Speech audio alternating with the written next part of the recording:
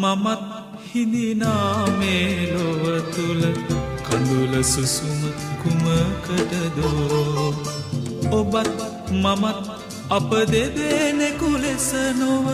එකකු ලෙසින් සිතමු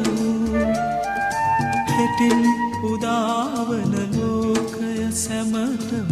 සුවදායක කරමු හෙටින් උදාවන ලෝකය සැමටම